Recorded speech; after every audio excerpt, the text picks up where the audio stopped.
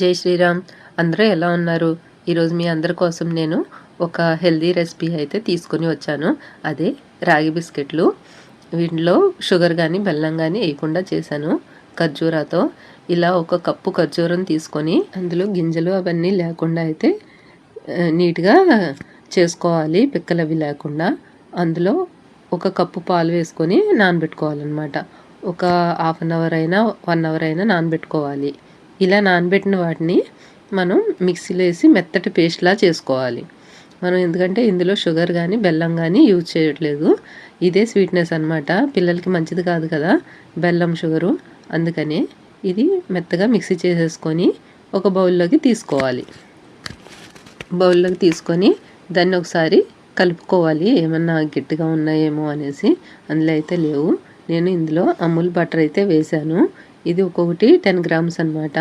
నేను ఒక 50 గ్రామ్స్ వేసాను. అందులో ఒక స్పూన్ నెయ్యి వేసాను. మొత్తం పేస్ట్ మొత్తం క్రీమీలాగా అయిపోయేలాగా అయితే కలుపుకోవాలి. అలా కలుపుకున్న దాంట్లో ఒక కప్పు గోధుమ పిండి, ఒక కప్పు రాగి పిండి వేసుకోవాలి. ఈ రెండు హెల్త్కి మంచిదే కదా. ఇవి రెండు అయితే వేసుకొని 1 టీ స్పూను బేకింగ్ పౌడర్, ఒక 1/2 టీ స్పూను సాల్ట్ వేసుకొని చపాతీ పిండిలాగా కలుపుకోవాలన్నమాట. ఇందులోనే కాజు మిక్స్ చేసుకొని చిన్న చిన్న పీసెస్ లాగా అవి కూడా వేసుకోవాలి. నేను మర్చిపోయాను, అందుకే తర్వాత సగం కలిపిన తర్వాత అయితే వేసుకున్నాను.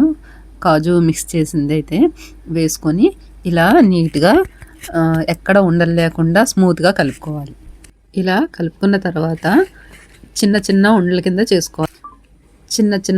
కింద అయితే చేసుకొని ఇలాగ మన చేతి మీదే మనం గులాబ్ జామున్ అయితే ఎలా చేసుకుంటాం అలాగా రౌండ్గా చేసుకొని ఇలా అద్దుకోవాలన్నమాట మన వేలుతోటే. ఈ వెడల్పున అయితే సరిపోద్ది.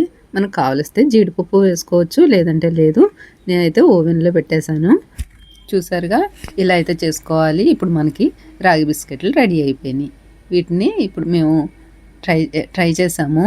టేస్ట్ మేమే చేస్తాం కాబట్టి మీరు ట్రై చేసి టేస్ట్ చేసి ఎలా ఉందో కామెంట్ చేయండి.